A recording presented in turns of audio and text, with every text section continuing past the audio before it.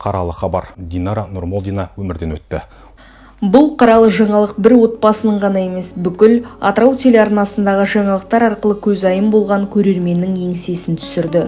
Нұрмолдина Динара Қайратқызы 1990 жылы 23 қарашада Атырау қаласында дүниеге келді. Әкесі Нұрмолдин Қайрат Сағынтайұлы кәсіпкер, анасы Нұрмолдина Серпер Қалебайқызы мұғалім. Шақалақ Динараның дыбыс шығарып жылағанын естіген атасы мен әжесі, мына баланың дауысы өзгеше, қоңыр дауыс сирек кездеседі. Бұл бала әнші болатын шығар деп жорып, атасы Динадай күйші болсын деп есімін Дина қойған етін. Оған ең кіші әпкесі Эльмира Динаға Ра буынын қосып, Динара есімі берілді.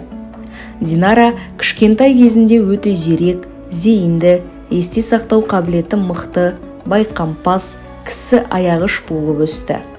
5 жасқа жетпей әріп таныды. Динара 1997 жылы Атырау облысы Қызылқоға ауданы Сағыс ауылындағы Кенбай орта мектебінің 1-ші сыныбына қабылданып, 2008 жылы аталған мектепті үздік бітірді. Туған ауылындағы Аманбай Өміров атындағы саз мектебінің домбыра сыныбын өте жақсы аяқтап, жүрген ортасында күй тартып, домбыраның құлағында ойнайтын. Саз мектебінің жыл сайын ұйымдастырылатын 10 күндік есеп беру концертінде үнемі жүргізуші болатын. Білімді, алғыр, ұйымдастырушылық қабілеті жоғары болған Динара мектеп қабырғасында жүргенде-ақ республикалық олимпиада, ғылыми жобаларда топ жарып, жүлделі орындарға ие болып жүрді. Динара тіпті 1-ші сыныпта оқып жүргенде Наурыз мерекесін жүргізіп, 22 беттік Наурыз туралы мәліметті жаттап қана қоймай, нақышына келтіріп, көрерменге жеткізгені бала үшін ерлікке пара-пар. Қазақ тіл әдебиетінен ғылыми жарыстарға, үнемі ғылыми пәндік олимпиадаға қазақ тілінен барды, барлығында да жүлделі орындар иеленді. Осы Динараның журналистикаға келуіне Клара деген апайы себепші болып, осы қазақ тілі мен әдебиетінен өте жақсы дайындап, ерекше қылып шығарды. Соның бір нәтижесі біздің Динарамыз телевидениеде жақсы диктор болып жұмыс жасады. Мектеп бітіргеннен кейін Ақтау қаласындағы Есенов атындағы Каспий мемлекеттік технологиялар және инжиниринг университеті стандарттау, метрология және сертификаттау мамандығын тәмамдады. Динара оқыған мамандығы бойынша да түрлі шаралар мен кәсіби байқауларға қатысып, көзге түсіп, жүлделі орындарға ие болды. Жоғары оқу орнын бітіргеннен кейін өз мамандығы бойынша Алпауыт компанияда кадр менеджері болып жұмысқа орналасты. Жұмыс жасап жүріп, шығармашылықпен де айналысты. Компанияның Қазақстан Республикасы тәуелсіздігінің 30 жылдығына орай ұйымдастырылған шығармашылық байқауына қатысып, бас жүлдені иеленді. Бала кездегі арманы тележүргізуші, журналист болу еді. Кішкентай кезінен де журналист отырғанда телевизорға қарап, журналистердің есін салып, микрофон алып сөйтетін еді. Енді журналист боламын деп еді, оның біздер журналистика қарсы болды. Ол бәрі оқу бітіргеннен кейін қалай болғанда да өзі армандаған саласына кетті. Телевизияда жұмыс жасады, диктор болды. Арманы алға жетелеп, Қазақстан Атырау телеарнасы жариялаған конкурстан өтіп, диктор ретінде 2014-2019 жылдары Қазақстан Атырау арнасына тележүргізушісі болып жұмыс атқарды. Жерде отырып талай көгілдір экранның артындағы көрерменге осы жерден өңірдің ақпаратын таратқан болатын. Сондықтан да телеарнаның айнасы болып, міне осы жерде отырды, студия жүріп кетті. Бірақ осы жерде оның ізі қалды, осы жерде оның дауысы қалды. Әріптестері айтқандай, телеарнада қол жеткізген жетістігі мен нәтижелі еңбегі еленіп, жыл тележүргізушісі 2014 марапатын да иеленген болатын. Динара қосқан телеөнімдер заман ағыммен үндесіп, рухани байлығымызды молайтуға үлес қосты дейді телеарналықтар. Динара туралы өткен шақта сөйлеуді қиын, бірақ жазушылар озғыш жоқ дейді, Құдай салды біз көндік. Бірге телеарнада қызмет істеп жүрген кезде кәдімгідей тайбұлындай тебіскен дейді ғой қазақ, сондай дос болдық. Шыны керек қабырғамыз өте қатты батты, бірақ оның жанымызда жаңғырып тұратыны, жүрегімізде қалғаны адамдығысы, адалдығысы, көп адамға ұқсай бермейтін болмысы, қазақ ондай адамдарды жусаннан аласа бетегеден биік дейді. Азғантай өмірінде қарапайымдықты туғызып өтті. Динараның Алла берген дарыны болды. Ол дарынын көрерменге, халыққа жұмсады. Әлі күнге дейін оның даусын сағынасың. Енді шыны керек, Динара дегенде, Динара Нұрмолдина деп эфирден шыққан кезде оның дауысы ғой ең адамды өзіне қаратып алады. Даусында қазақтың кеңдігі бар, біздің қоңыр болмысымыз бар. Нағыз қазақтың даусы қане десе, Динараның даусын көрсететіндей. Отбасына сабыр тілеймін, арты жарасын. Динара ол тек сол әулеттің емес, елдің қызы болды. Елдің қызы болып өтті. Қапыда ит қапты, қатты қапты, қапты қатты. Қыс қыспаса қыспа, құс ұшпаса құспа. Журналист әріптестеріне тіл сындыр жаңылтпаш айту эстафетасын жалғастыруда бүкіл әлемдік ережесіз жекпе-жек федерациясының президенті, спорттық ойынның президенті Динараның айтқан жаңылтпашын дәл солай қылып айтса, ойын көруге бір билет тіккені де көпшілік есінде болар. Ол билетті жаңылтпаш жаттаған дағыстандық жігіт ұтып алса, Индиядан бір оқырман қыздың жаңылтпашты Динараның видеосын қарап отырып қызығушылықпен жаттадым дегені телеарнада жаңалық ретінде тарап кетті. Динара қарапайым диктор ғана емес, тың идеялармен, жаңаша бастамалармен есте қалды. Бірде ас мәзірін қазақшалап әлеуметтік желіге салғанында кәсіпкер түрік азаматы өз мейрамханасында қолданды деп риза болып анасына айтқан екен. Қазақ тілінің мәртебесіне де аз да болса үлес қосқанына шын қуанғаны ғой деп ұқтық. Журналистика саласы оны мәңгілік дос тұтатын жандармен табыстырды.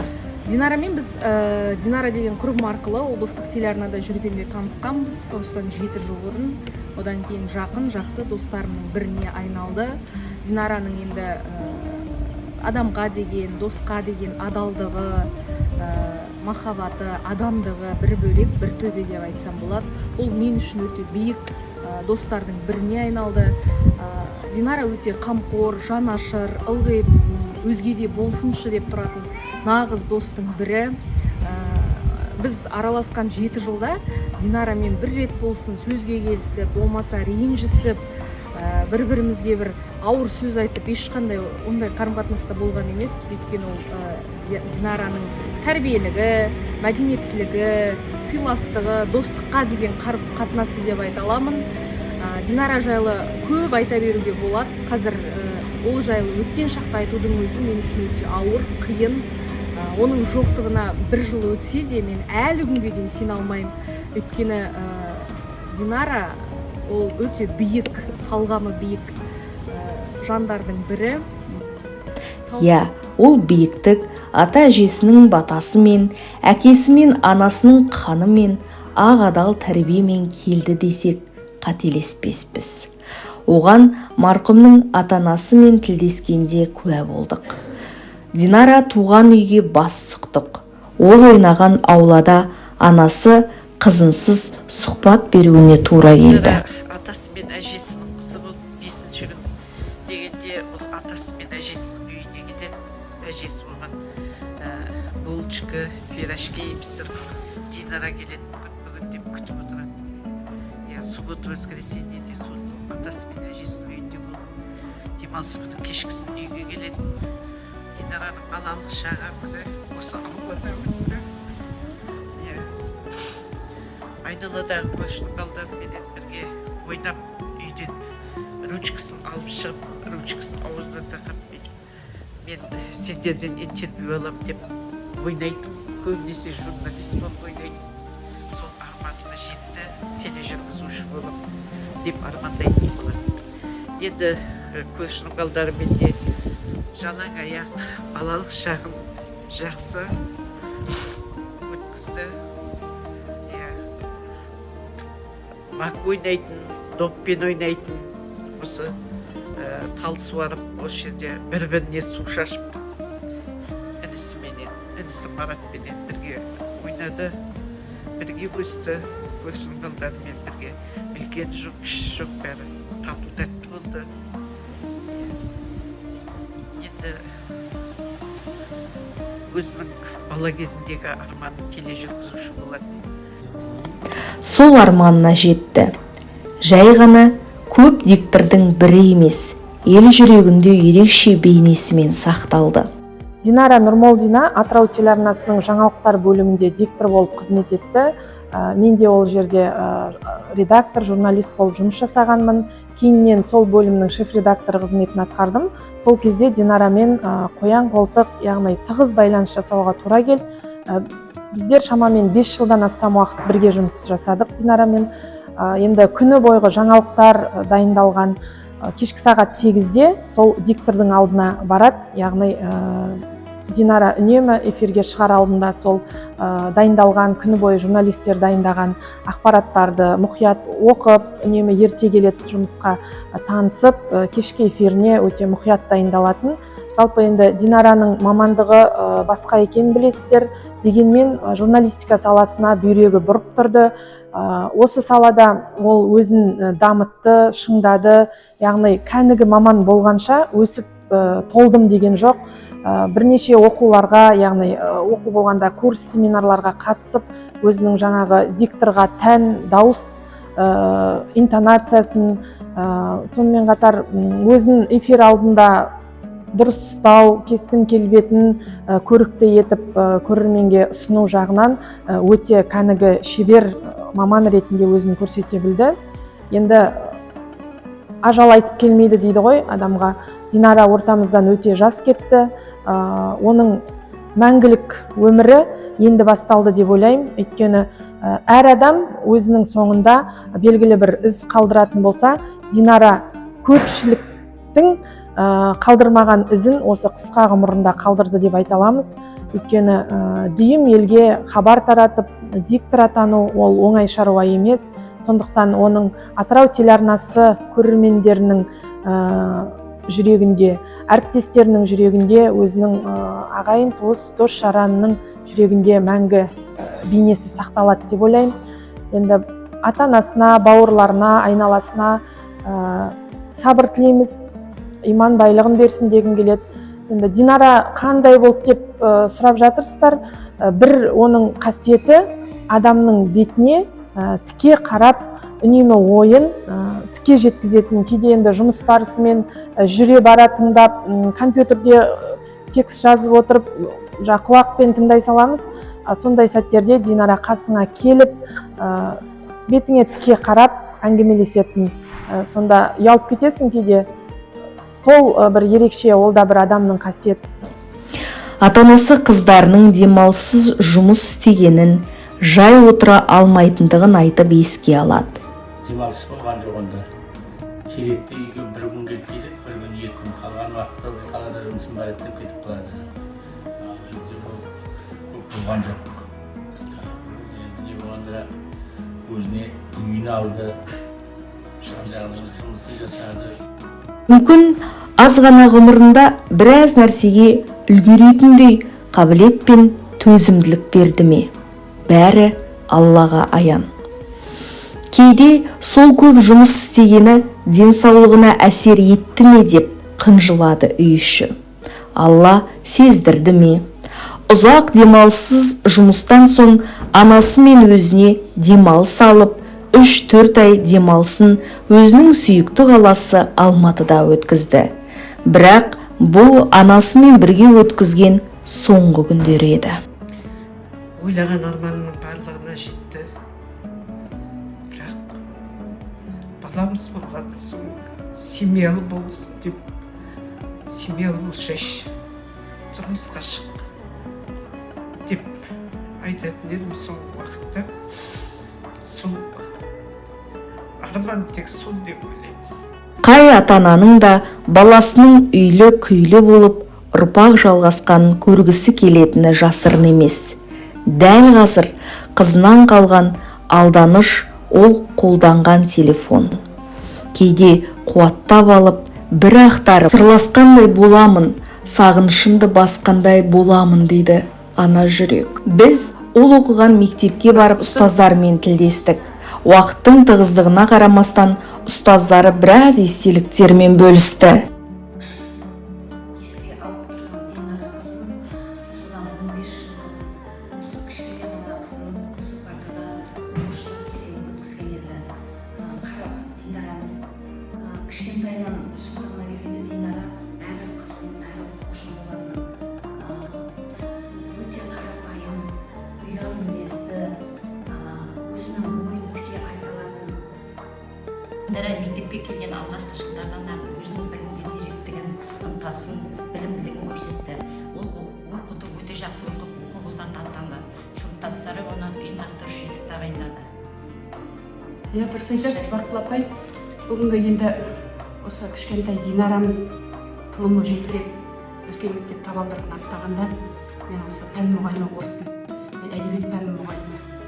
Менің алдымда осы кабинетте бірінші партада отырған шәкіртіме былтырғы жыл мен үшін үлкен ауыр жыл болды, өйткені Динара оқушыдан аяқ астынан айырылып қалдық енді. Динара жалпы адамға айтылатын жақсы сөз, жақсы іс, игі істерді мен осы Динара оқушыдан еститін едім.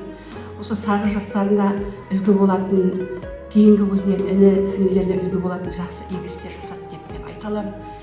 Олай айтсам, бүгінгі айтылатын жақсы сөз, жүректен шыққан бүгінгі менің оқушыма арнағым келіп отыр. Көздегі жас тыйылғанмен, бірақ көкіректегі өксік сағыныш сезімі ол басылмайды екен. Сондықтан өлді деуге аузым бармайтын бүгінгі Динара оқушы туралы естелік көп. Бір ғана осы пән бойынша, орыс тілі мен әдебиеті пәні бойынша Динара бізді үлкен жетістікке жетеледі, жеңіспен жемісін көрсетті. Пушкин оқуларының облыстық деңгейдегі жүлдегері болды. Біз Динарамен мақтандық. Жалпы Динара жаңағы теңіздің көктасындай мықты қыз. Осы оның саласы болмаса да менің апай ретінде естуімше 2015-2019 жылдар аралығында мына біздің Атырау телеарнасында қызмет еткен кезде мен тәнті болып қызып қарайтын едім. Ол өзінің көптеген осы халықтың алғысын алып, көптеген мұң-мұқтаж проблемаларды шешті деп ойлаймын. Бірақ оның жүрегінде, көкірегінде көптеген армандар қалды деп есептеймін.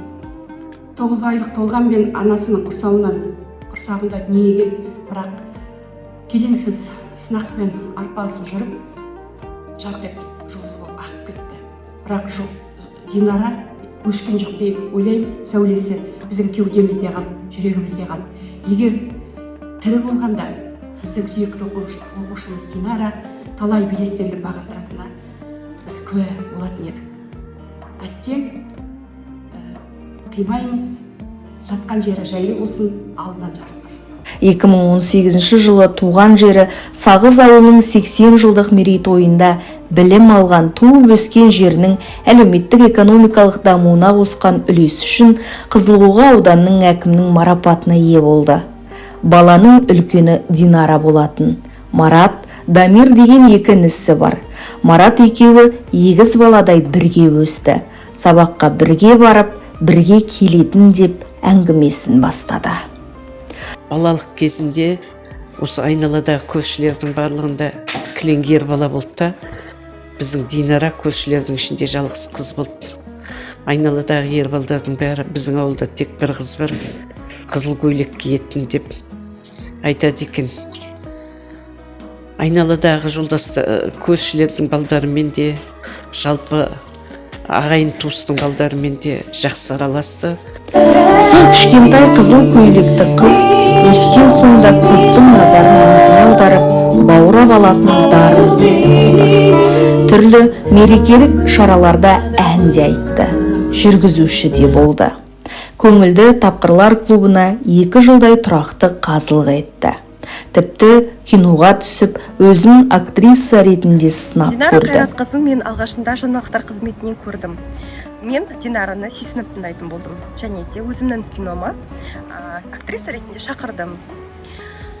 Динара өте таза, абзал жан, жүрегіме жақын болды. Мен Динараны журналист ретінде танысам, актриса ретінде бағаладым.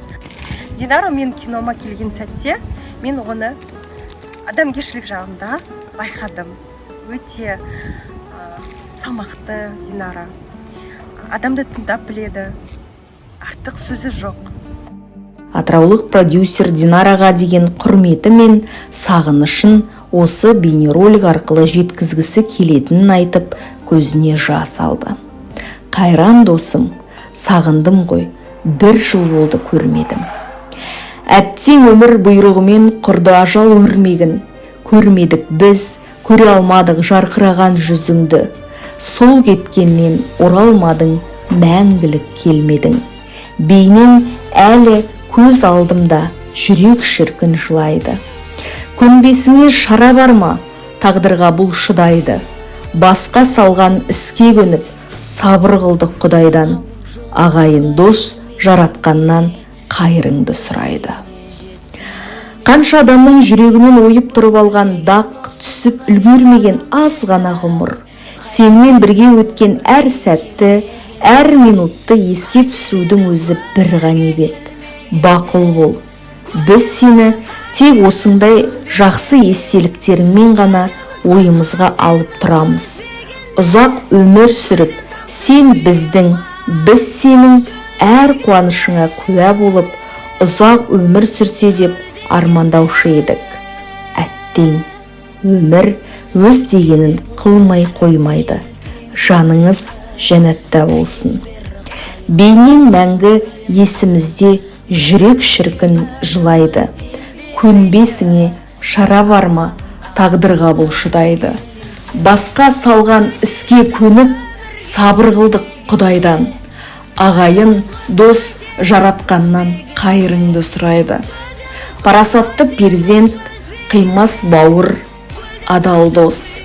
Динара Қайратқызының жатқан жері жайлы, иманы жолдас болғай.